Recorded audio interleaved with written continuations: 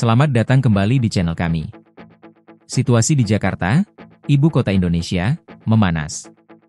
Sebuah peringatan tak biasa baru saja dikeluarkan oleh Kedutaan Besar Amerika Serikat di Jakarta, mengimbau warganya untuk menghindari beberapa area utama. Peringatan ini bukan tanpa alasan. Hari ini, Jumat, 29 Agustus 2025, sebuah demonstrasi besar diperkirakan akan berlangsung, dengan potensi berubah menjadi kekerasan. Peringatan ini datang setelah sebuah insiden tragis kemarin yang mengubah sebuah protes rutin menjadi gelombang amarah publik yang meluas. Seorang pengemudi ojek online, Afan Kurniawan, tewas ditabrak oleh sebuah mobil Brimob saat polisi membubarkan massa. Kematian ini menjadi katalisator. Lalu, apa isi lengkap peringatan dari Kedubes AS? Bagaimana sebuah tragedi bisa memicu gejolak sosial yang begitu besar? Dan apa artinya bagi stabilitas di Indonesia? Mari kita bedah tuntas. Mari kita mulai dengan inti dari berita ini, peringatan yang dikeluarkan oleh Kedutaan Besar Amerika Serikat. Dalam pernyataan resminya, Kedubes Amerika Serikat mengimbau warga negaranya untuk ekstra waspada hari ini, Jumat. Mereka memperingatkan bahwa demonstrasi diperkirakan akan berlangsung sepanjang hari dengan kemungkinan berubah menjadi kekerasan.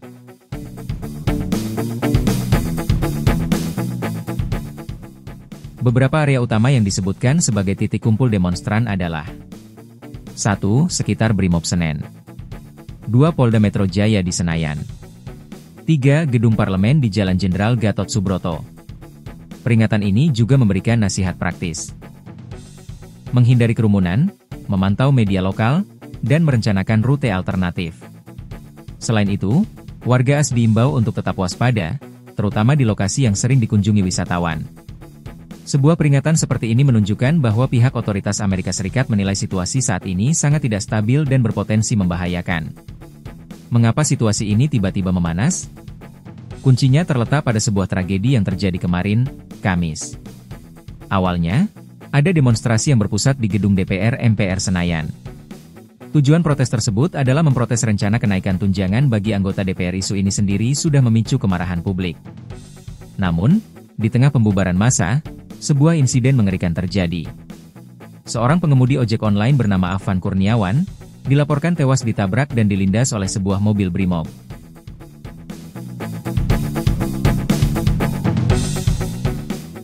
Kematian Afan Kurniawan, yang saat itu ikut dalam demonstrasi, langsung menjadi pemicu kemarahan massal. Tragedi ini mengubah fokus protes. Ini bukan lagi hanya tentang tunjangan DPR. Ini adalah tentang keadilan, tentang kekerasan aparat, dan tentang nyawa seorang rakyat kecil yang dianggap melayang sia-sia. Kematiannya menjadi simbol dari ketidakadilan yang dirasakan oleh banyak orang. Kemarahan publik tidak hanya terbatas di Jakarta.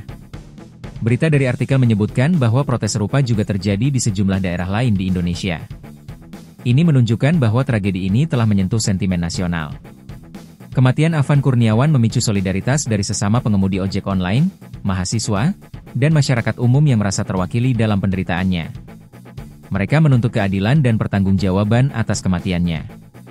Sebagai respons, otoritas telah meningkatkan kewaspadaan di area-area tersebut.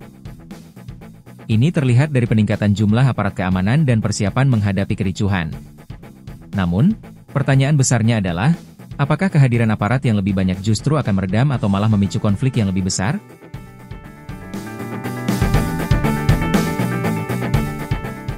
Apa yang bisa kita pelajari dari peristiwa ini? Pertama, ini menunjukkan betapa sensitifnya isu kekerasan aparat di Indonesia.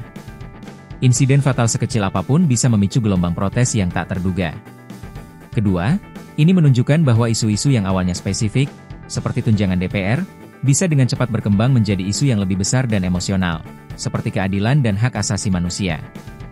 Dan yang terakhir, ini menjadi ujian besar bagi pemerintah dan aparat keamanan. Cara mereka menangani protes, dan yang paling penting, bagaimana mereka menindaklanjuti kasus kematian Afan Kurniawan, akan menentukan apakah ketegangan ini akan mereda atau justru semakin memburuk. Jadi, bagaimana menurut kalian? Apakah respons Kedutaan Besar AS ini wajar dan diperlukan? Dan apakah tragedi yang menimpa Afan Kurniawan akan menjadi momen penting dalam sejarah gerakan protes di Indonesia? Sampaikan pendapat kalian di kolom komentar di bawah. Jangan lupa untuk subscribe channel ini, like video ini, Dan bagikan ke teman-teman kalian agar kita bisa terus mendapatkan informasi terkini dan analisis mendalam tentang isu-isu penting. Sampai jumpa di video berikutnya.